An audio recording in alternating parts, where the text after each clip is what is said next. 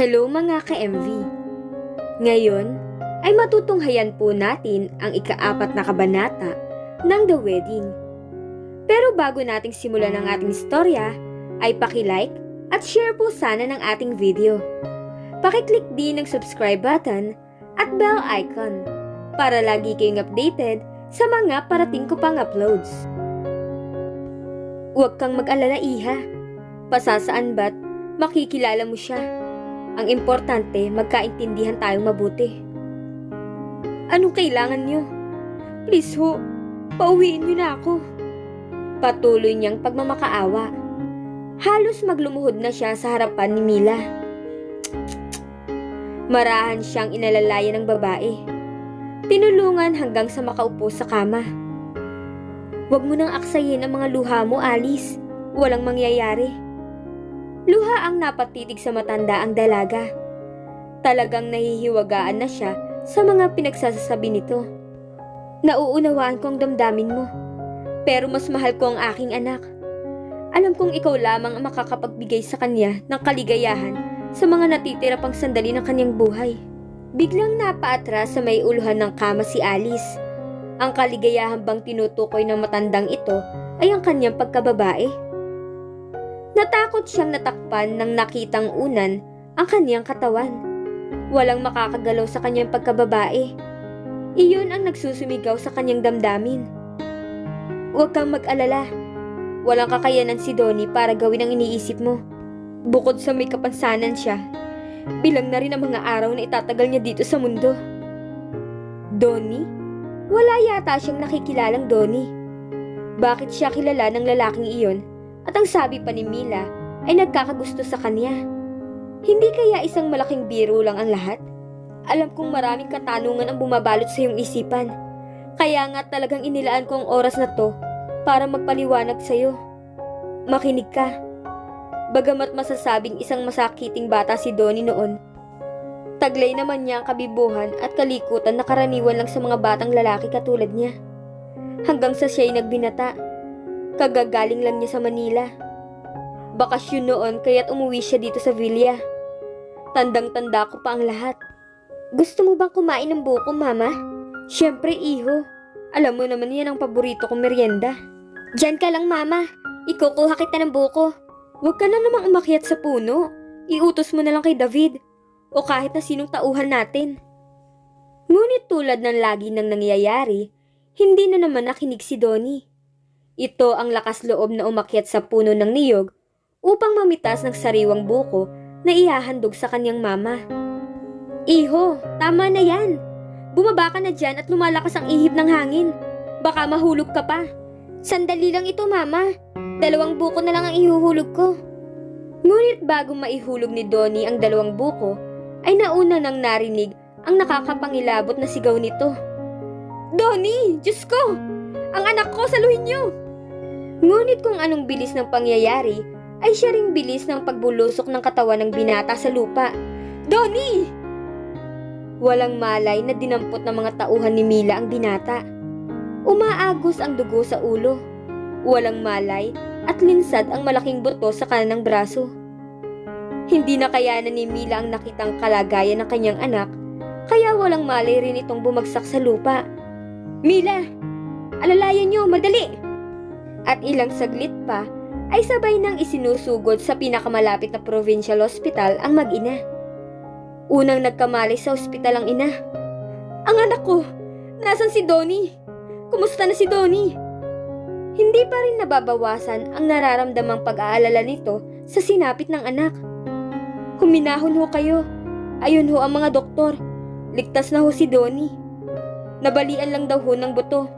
Pero ginagawa na po ng paraan ng mga doktor. Sakalang huminahon si Mila. Sapat na sa kanya ang marinig na ligtas sa kamatayan ang kanyang kaisa-isahang anak na si Donnie. Ngunit nang dumating ang sandali ng paghaharap nilang mag-ina, ibang Donnie ang naratnan ni Mila na nakahiga sa hospital bed. Donnie? Anak? Diyos ko, anong nangyari sa'yo? Halos hindi na naman makayanan ng babae ang nakikitang itsura ng binata. Balot na balot ng plaster ang ulo at ilang bahagi ng bibig nito. Gayon din ang kanang kamay. Mrs., dito ho tayo mag-usap sa opisina. Bulong ng isa sa mga attending physicians ng binata. At gayon na lang ang kanyang pagkabigla nang marinig ang mga ipinapahayag ng doktor. Nagkaroon ho ng malaking pinsala sa katawan ni Donnie. Ang nangyaring pagkahulog dito sa mataas na puno ng niyog. Dinaramdam ko hong hindi natin maibabalik sa dating ayos ang kanyang kanang braso. Na-deform ho yun. At maging ang kanyang pagsasalita ay magkakaroon ng pagbabago. Ano hong pagbabago, doktor? Ano? Umurong ho ang kanyang dila dahil sa labis na takot. At yun po ang magiging dahilan upang maging utal siya sa pagsasalita. Oh, Diyos ko! Bakit si Donnie pa? Huminahon ho kayo, misis. Ipagpasalamat na rin ho natin kahit nagkaganyan siya. Masasabi nating buhay pa rin at nasa wastong katinoan ng pag-iisip. At lalong nag-iiyak si Mila. Hindi pa rin matanggap ang sinapit ng kaisa-isahang anak. Doon natapos ang pagkikwento ng matandang babae. Ano naman po ang kinalaman ko sa nangyari sa inyong anak? Pag-i-interrupt ni Alice sa ginagawang pagkikwento ni Mila. Magandang tanong yan, Iha. Yan naman ang ikikwento ko sa'yo. Makinig ka. Nang lumabas sa ospital si Donnie, damang-dama ang kakaibang kalungkutang bumabalot sa kanya. Bahagya ng makipag-usap at kalimit na nakatingin lang sa kawalan ng binata. Donnie, anak, huwag mo masyadong damdamin ang nangyari sa'yo. Ang importante, buhay ka, di ba, iho? Malungkot ng ngiti ang isinagot nito. Hindi pa rin nagsalita. Mula nang maospital ito, ni hindi pa nakakaringgan ng anumang pahayag o salita. Marahil ay natatakot ding marinig ang kanyang pautal-utal na pagsasalita. Hindi naman kasi nailingid sa kanya ang katotohanan iyon. Huwag kang mag-alala, iho. Papaunlad na ang mga siyensa. Malay mo bukas, makalawa, may bagong paraan na ng paggagamot. Gagaling ka rin. Maibabalik uli ang lahat ng nawala sa'yo. Hihintayin natin yun, di ba, iho? Maluha-luha na naman si Mila habang buong pagmamahal na pinipisil nito ang mga palad ng anak. Ngumiti si Donnie. Mapait. Kasabay noon ay umaagos ang mga piping luha sa pisngi. Magmula noon, naging malulungkutin na ang dating pilyong si Donnie. May pagkakataon pang basta na lang itong napapaiyak, lalo na kapag hindi mabigkas ang salitang gustong sabihin. Iho, gusto mong sumama mamasyal sa bayan? Piyesta ngayon sa kabilang bayan sa Santa Cruz. Marami tayong mapapanood na palaro doon. Malilibang ka, iho. Wag na, mama. Akahiya. Hirap na hirap nitong nabigkas, kasabay ng halos pagtulurin ng laway, habang ang baling kamay na depormado ay walang tigil sa kakawagayway. Ang kawawa kong anak. Nasugod ng yakap ni Mila si Donnie. Hirap na hirap ang loob sa nakikitang malaking kapansanan ng dating bibong binata. Hindi makakahadlang ang kapansanang yan. Kahit ano pa ang itsura mo ngayon, kinakailangang ituloy ang buhay. Mag-e-enjoy ka pa rin, iho, tulad ng dati. Sasaya ka uli. Tayo. At pagkasabi niyon, mabilis nang binihisa ng lalaki. Kahit ano pang mangyari, ay pipilitin nating mabuhay ka ng normal. May sarili tayong sasakyan. Walang magiging problema, iho. Wala. Akmang papalitan na nito ng pantalon ang anak nang humadlang ang kaliwang kamay ni Donnie. Ako na lang, mama. Madaling naunawaan iyon ng ginang at pinabayaan na lang nito si Donnie. Mas mabuti nga yun, para makasanayan na uli nitong kumilos sa sarili niyang paraan. Sa Santa Cruz, napansin ni Mila ang kasiyahang naidudulot ng maingay na kapaligiran kay Donnie.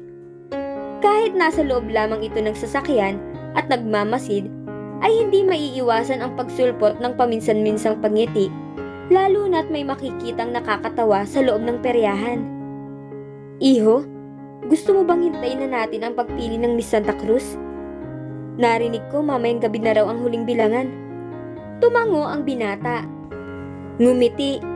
Hindi na nagpumilit pang magsalita upang maiwasan na rin ang hindi naiiwasang pagtalsik ng laway. Ibig niyong sabihin, naroroon kayo noon ni Donnie? Singit ni Alice sa ginagawang pagkikwento ni Mila. Oo, at sa gabi ng pagpili ng kandidata, una kang nakita ni Donnie. At magtatapat ako sa'yo. Labis na humanga sa'yo noon ang aking anak. Hindi kaagad nakaimik si Alice. Pilit niyang binabalikan sa alaala ang mga naganap noong gabing yun. Baka nakita na niya si Donnie. Baka may nagawa siyang pangit sa binata dahilan upang ipadukot siya nito. Pero kahit anong isip pa ang gawin niya, wala talaga siyang maalala. Halos lahat ng nakasayaw niya ay kakilala niya. At lalong wala siyang binastos noon. Huwag ka nang mag-isip na kung ano-ano. Ako nang magpapaalala sa'yo ng mga nangyari noong gabing yun. Interesadong napatitig sa matanda si Alice. Nakatutok ang buong pansin. Kung matatandaan mo pa, last 2 counts na lang ay halos wala ka pang kaboto-boto. Masasabi nating nangangalahati pa lang ang dami ng iyong boto kumpara sa mananalo noong si Mika. Banggit ng matanda. Oo, kaagad napukaw ang memorya ni Alice. Si Mika nga pala ang lumalamang sa botohan. Pagkakaalam pa nga niya ay talagang ginastusan iyon ng mga magulang para lang manalo sa timpalak na yon. Natatandaan mo pa rin ba? Sa huling bilangan ay biglang umabante ang iyong balota at naunahan mo pa si Mika ng mahigit 3,000 pa. Opo, natatandaan ko yun. Pero anong koneksyon nun? Posibleng marami talaga ang bumili ng tiket ko dahil higit namang maganda ko kaysa kay Mika. Matalino kang bata, Alice. Talagang mas maraming tiket ang nabili sa huling bilangan. Lalo pat si Donnie ang nanguna sa pagtulong sa iyo para lang manalo ka. Anong? Natatandaan mo yung huling boto na nagkakahalaga ng 20,000? Oo. Ang aking anak ang nakiusap na bilhin ko yun para sa'yo. Para masigurado ang panalo mo laban kay Mika. Ibig niyong sabihin, kayo ang gumastos ng malaking halaga para sa pagkakapanalo kong yun? Ngayon niyo naman ako sisingilin? Bakit hindi niyo sinabi kaagad? Sobra-sobra pa sa halagang yan ay pwedeng ibigay ng mga magulang ko. Kapalit ng pagpapalaya niyo sa akin. Lumalaban na si Alice. Relax lang, Alice. Baliwala ang salapi. Kahit doble pa niyan ay kayang-kaya kong ibigay sa'yo. Kapalit ng pagpapaligaya mo kay Donnie. Hindi ako isang bayaran. Paalisin niyo na ako. Nahagilap ng dalaga ang mga nakasalansang unan sa ibabaw ng kama at yun ang isa-isa nitong ibinabato kay Mila. Hindi ka titigil? Itinutok muli ng matanda ang ikinasang baril sa dalaga. Sa sobrang takot ay napasiksik na naman sa isang sulok si Alice. Baka nga totohanin iyon ni Mila. Ganyan, magbait ka. Walang mangyayaring masama sa'yo hanggat sumusunod ka sa lahat ng ipinag-uutos ko. Pero sa sandaling magmatigas ka, ibibigay kita sa mga inupahan kong tauhan. Bahala sila kung ano mang gusto nilang gawin sa katawan mo. Huwag po, maawa po kayo. Naiiyak na lang si Alice sa isang tabi. Magpakabait ka lang at walang mangyayaring masama sa'yo. Hayan. May inihagis na ilang pirasong damit si Mila sa harapan ni Alice. Magbihis ka. Palitan mo yung mag-aramong damit pang kasal at palalabhan ko yan. Tatahiin ang anumang sira. Sabi ko nga sa'yo, hihiramin lang kita sa mapapangasawa mo. Kung magbabait ka, siguradong matutuloy na yung nabinbin mong kasal. Napaangat ang mukha ni Alice. Uuwiin niyo na ako?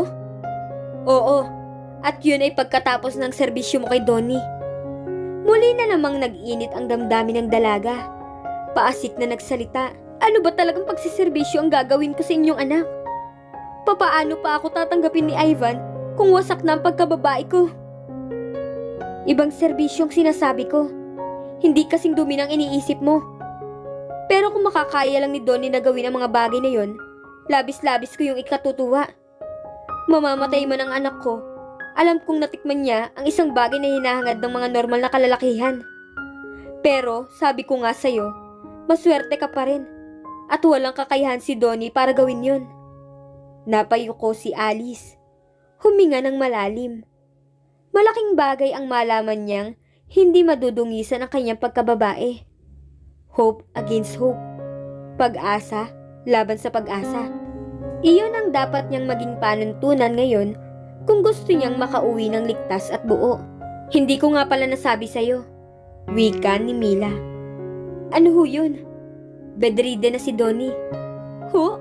Akala ko po ba na baling kamay lang at pagkautal ang diferensya niya? Bakit ngayon? Yun din ang akala namin noon. Pero hindi nagtagal, buhat na nanggaling kami sa inyong bayan sa Santa Cruz, ay lagi nang idinadaing niya ang pananakit ng kanyang puson. Hanggang sa nahihirapan na siya sa pag-ihi, hanggang sa tuluyan na siyang hindi nakakalakad. Bakit ho? Ano ang sakit niya? Garalgal na ang boses ni Mila nang muling nagsalita. Pilit na pinaglalaban ang pag-usbong ng luha. Natuklasan ng mga doktor na meron siyang malignant tumor sa kanyang pantog. At iyon ang labis na nakakapagpahirap sa kanya. Maging sa pag-ihi, sa paglalakad, at sa marami pang bagay. Pasimpleng pinahid nito ng kamay ang pumapatak na luha sa pisngi. Hindi nakakibo si Alice. Iginalang niya ang nakikitang pagdaramdam ni Mila. Talagang masakit iyon para sa isang ina. Hindi ho ba magagawa ng paraan ng mga doktor? Halimbawa, i-opera na lang. Baka sakaling gumaling pa. Umiling ang matanda. Tumingin sa kawalan. Saka buong pait na nangusap. Wala. Masyadong malaki na daw ang tumor. Sigurado daw, maliit pa lang si Donnie nang taglayin ang karamdamang yun. At kung kailan naging acute, sakalang natuklasan. Hindi na pwedeng galawin yun sa ngayon. Mas ikakadali yun ang kanyang buhay. Kesa naman ho sa patagalin ang kanyang paghihirap. Wala sa loob na comment ni Alice. Nagulat na lang siya nang tingnan siya ng masama ni Mila. Parang nakasakit iyon sa damdamin ng matanda. Mabilis niyang tinikom ang bibig, saka yumuko. Hindi na kumibo. At narinig na lang niyang nagpapaliwanag na naman si Mila. Nagawan din naman ang paraan ng mga doktor. Napagaanin ang nararamdamang paghihirap ni Donnie. Kinabitan siya ng tubo sa kanyang tagiliran at doon dumaraan ang kanyang mga dumi. Di wala akong kontrol ang paglabas nun. Pagkakaalam ko po, basta na lang lumalabas ang dumi doon nang hindi namamalaya ng taong concerned. Tama ka. At yun ang sinasabi kong serbisyong gagawin mo para sa aking anak. Ho? Nanlaki ang mga mata ni Alice sa narinig. Bumalik na naman ang dating bagsik sa mukha ni Mila nang muling kausapin nito si Alice. Bedridden na si Donnie. Natural, hindi na niya magagampanan ang anumang bagay, kaya kinakailangan niya ng tulong ng iba para gampanan ang mga personal niyang pangangailangan. Bakit ako pa? Anong malay ko sa pag-aalaga na may sakit? Sana ho, kinuha niyo ay private nurse o kaya ay doktor para lagi po siyang natitingnan. Bakit ba mas marunong ka pa sa akin? Galit na naman ang matanda. Napilitang tumahimik si Alice. Baka sa kasasagot niya ay tuluyan nang makalabit ang hawak na baril. Ang hawak nitong baril. Totoo, kayang gampanan ng isang nurse o doktor ang pag-aalaga kay Donnie. Pero ang tanong, gusto ba sila ng anak ko? Gusto sanang sumagot ni Alice. Muntik na niyang sabihin, di ikuhan niyo na kasing ganda ko para makrasyan ng inyong Donning inutil. Pero hindi niya nagawa. Nakapanaig pa rin ang matinding takot sa kanyang dibdib. Ikaw ang napili kong magsilbi kay Donnie dahil alam kong ikaliligaya niyang makita na pinagsisilbihan mo siya. Tandang-tanda ko pa noon ang sinabi ni Donnie pagkagaling sa Santa Cruz. Kahit pa utal-utal, ipinaintindi niya sa akin na kung hindi lang daw siya magkakaganon, ikaw daw ang niligawan niya at pakakasalan niya. Lalong nawalan ng kibo si Alice. Unti-unti nang nagliliwanag sa kanya ang lahat. Kaya siya ipinadukot ni Mila ay upang gawing katulong ng anak nitong inutil. At sa dinami-dami pa ng pinagsisilbihan, bakit sa isang bedridden na at malapit nang mamatay? Kahit hindi pa niya nakakaharap ang Donnie na yan, maliwanag pa sa sikat ng araw na nakakapandiri ang itsura noon. Butot balat sa kapayatan at umaalingasaw ang amoy dahil sa karamdaman. Mabilis niyang natakpan ang bibig. Isipin pa lang niya ang itsura ng lalaking pinagsisilbihan niya ay nasusuka na siya. Paano pa kaya kung aktwal niyang pinaliliguan niyon? May mahihinang katok na naririnig sa pinto. Heto na siguro ang pagkain mo. Narinig niyang sabi ni Mila kasabay ng pagbubukas ng pinto. At sumungaw ang isang lalaking may malaking katawan. May dalang tray ng pagkain. Sa bewang nito ay mahuhula ang may nakasukbit na baril. Ma'am Mila, dinala po ito ni Ining. Sabi nito. Salamat, sige. Isara mo na lang ang pinto. At inilapag na ang tray sa isang lamisita na malapit sa kama. Kumain ka, Alice. Alam kong kanina ka pang walang laman ng sikmura mo. Hindi kumilos ang dalaga. Lalo lang nagsumiksik sa sulok ng kanyang kinauupuan. Huwag mong pahirapan niya katawan mo. Kahit ano pang gawin mo, tuloy pa rin ang lahat sa aking plano. Kung hindi ka makikipag-isa, ipapasa kita sa mga tauhan ko. Sila ang magpapasya kung anong gagawin sa'yo. Kaya kung ako sa'yo, kung talagang gusto mong makauwi ng buhay sa mga magulang mo, at kung gusto mo ring matuloy ang napospone mong kasal, sumunod ka lang sa bawat naisin ko. Tutal, nasabi ko na ang lahat. Hindi ito kapahamakan. Sa halip, makakapagpaligaya ka ng isang kaluluwang malapit nang mawala sa mundong ito. Walang narinig na reaksyon mula sa dalaga. Nanatiling nakayuko. Bueno, nasabi ko na ang lahat sa'yo. Iiwan muna kita sa kwartong to. Magpahinga ka. Kumain ka ng kumain para lumakas. Bukas na kita susunduin para isama sa kwarto ni Donnie. Pero Alice, gusto ko ring malaman mo, hindi ka makakatakas sa villa na to. Marami akong inupahang tauhan, mga hired killer, rapist naman ang ilan. May instruction ako sa kanila na halimbawang magtangka kang tumakas at sinamang palad na mahuli, sila nang bahala sa'yo. At naglakad na papunta sa pinto si Mila. Ngunit bago tuluyang umalis, ay siniguradong nakalakang pinto. Nasa labas na ito ay narinig pa ni Alice ang mahigpit nitong pagbibilin sa mga tauhan. Bantayan niyong mabuti si Alice. Huwag niyong hahayaang makatakas. Walang magbubukas ng kwartong yan nang wala akong pahintulot. Kahit sino. Kahit sabihin pang yun ang utos ko. Ako ang personal na kakaon sa kanya dito bukas para dalhin sa kwarto ni Donnie. Naiintindihan niyo ba? Sabay-sabay na opo ang isinagot ng mga tauhan. Kaya ganoon na lang ang pag-uumiyak ni Alice nang muling tumahimik sa paligid. Hindi niya maihanap ng kasagutan kung papaano siya makasuong sa ganitong sitwasyon. Talaga bang nakatakda na ito ang mangyari? O dahil lang sa ginawa niyang kapangahasan sa pagsusuot ng trahe? Pero hindi naman niya naisuot iyon. Hanggang sa ulo lang. May epekto pa ba yun? Muli siyang nag-isip. Pilit niyang binabalik-balikan ang lahat ng ipinagtapat ni Mila. Mula sa pagkakahulog sa puno ng niyog ni Donnie hanggang sa naitanghal ang Miss Santa Cruz. Pilit niyang hinimay-himay ang bawat pangyayari. At ngayon parang gusto niyang ibagsak ang sisi sa pagkakasali niya sa timpalak na yon. Kung hindi siya nagpumilit na sumali, hindi rin siya makikita ni Donnie. At lalong hindi sana mai-inlove ito sa kanya. Kasalanan ko ng lahat. Nasabi niya sa sarili. Siya lang kasi ang nagpumilit na sumali noon. Ayaw ng kanyang mama. Ayaw rin ng kanyang papa. At lalong tumanggi doon si Ivan. Siya lang ang nagpursige noon. Muntik pa nga silang magkasamaan ng loob ni Ivan dahil magkaiba sila ng gusto. Kesyo para daw niyang ibinibilad ang kanyang katawan sa mata ng maraming kalalakihang naroroon. Bagay na ikinasama niya ng loob. Pinangatawanan niya ang pagsali. Kahit alam niyang hindi niya maaasahan ang suporta ng kanyang mga magulang, maging ni Ivan. Isa pang malaking dahilan noon ay para bang ipinamukha niya sa lahat na mas maganda siya kaysa kay Mika, ang babaeng lantarang nagkagusto kay Ivan. Natalo nga niya si Mika. Napatunayan nga niya sa kanyang mama, papa at kay Ivan na kaya niyang manalo kahit hindi gugulan ng malaking halaga. Pero heto ang napala niya. Bihag at magiging alipin pa ng lalaking nagpapanalo sa kanya. Bakit ganito? Bakit? At dito na po nagtatapos ang ika-4 na kabanata ng The Wedding. Abangan niyo po ang susunod na mangyayari.